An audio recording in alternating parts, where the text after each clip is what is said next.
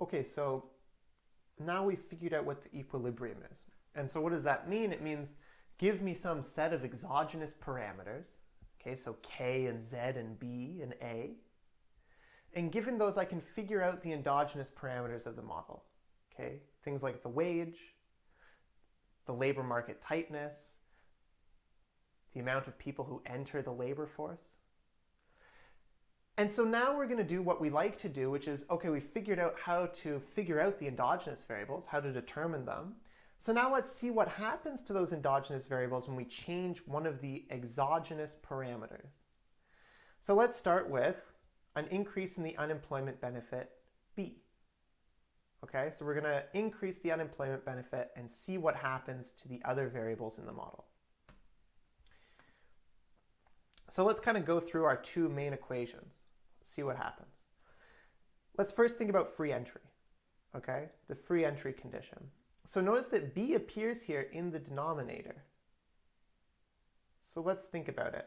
So an increase in B means a smaller total surplus, okay? When B goes up, there's a smaller total surplus. And that also means that now there's a smaller expected profits. Okay? Kind of intuitively, you could think about it this way. When B goes up, all else equal, I'm going to have to pay the worker more, okay, to make them happy given the share of the surplus they're supposed to get. And so that means for a given productivity, I'm now making less in profits, okay? And now, because expected profits are lower, less firms will enter, just because of this free entry condition. And that drives J down. Okay, and remember, J is the number of available positions per worker, so now there's going to be less positions per worker. What about the labor force participation curve? And by the way, we're going to see these again graphically in a second. Well, so notice B appears here twice. Okay. Now, when B goes up, there's actually a greater benefit to being in the labor force. Okay. Why? Because even if I don't find a job, I'm going to get this larger B. And obviously there's a negative effect here, but notice that it's being multiplied by two numbers less than 1. Okay?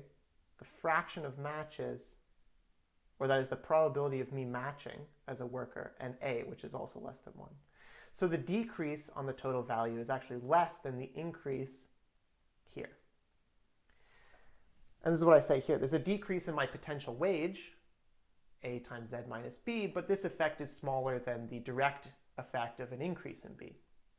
And so this means that for any J, and this is important, for any J, there will be an increase in Q.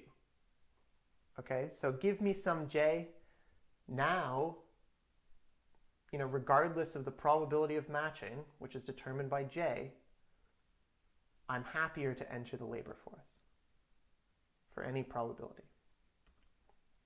So here's what this looks like graphically. So again, let's start with the free entry condition. So in this case, we have a movement along this curve, right? The curve is just given by this function, which is the matching function evaluated at 1 over j and 1. So this curve doesn't move, right? There isn't a b in this function here.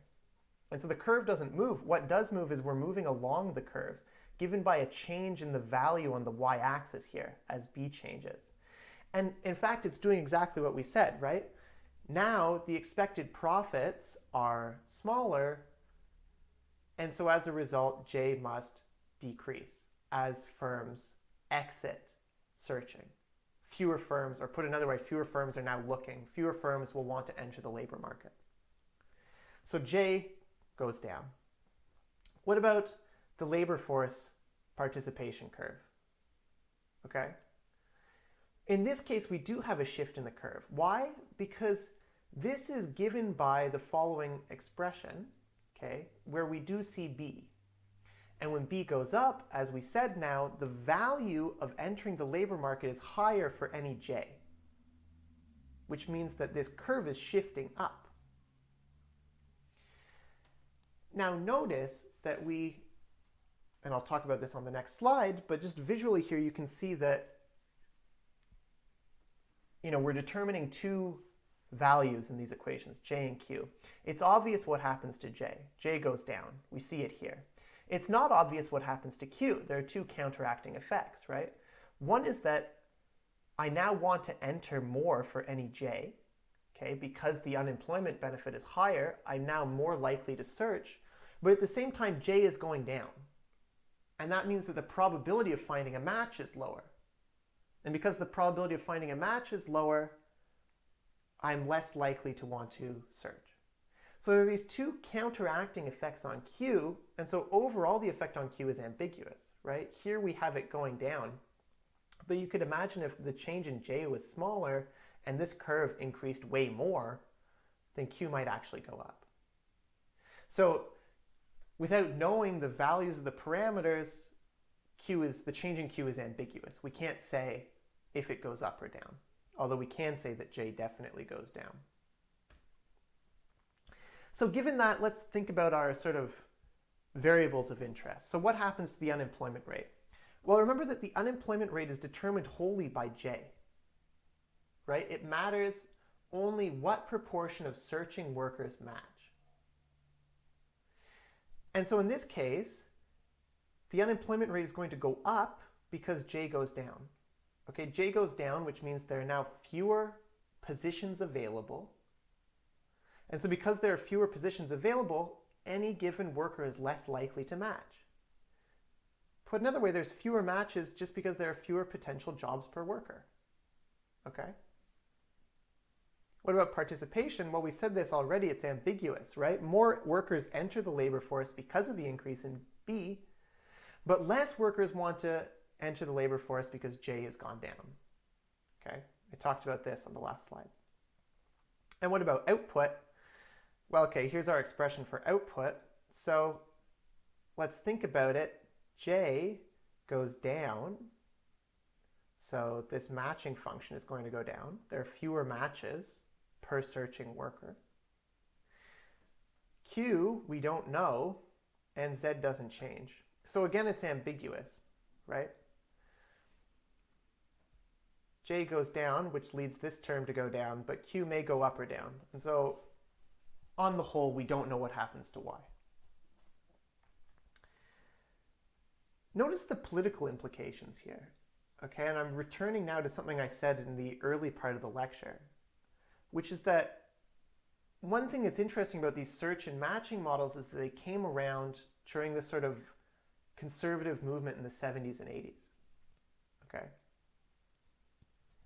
And so note the different implications between this and the Keynesian model that came before. Okay, so the Keynesian said the solution to unemployment is an increase in government spending to sort of increase aggregate demand.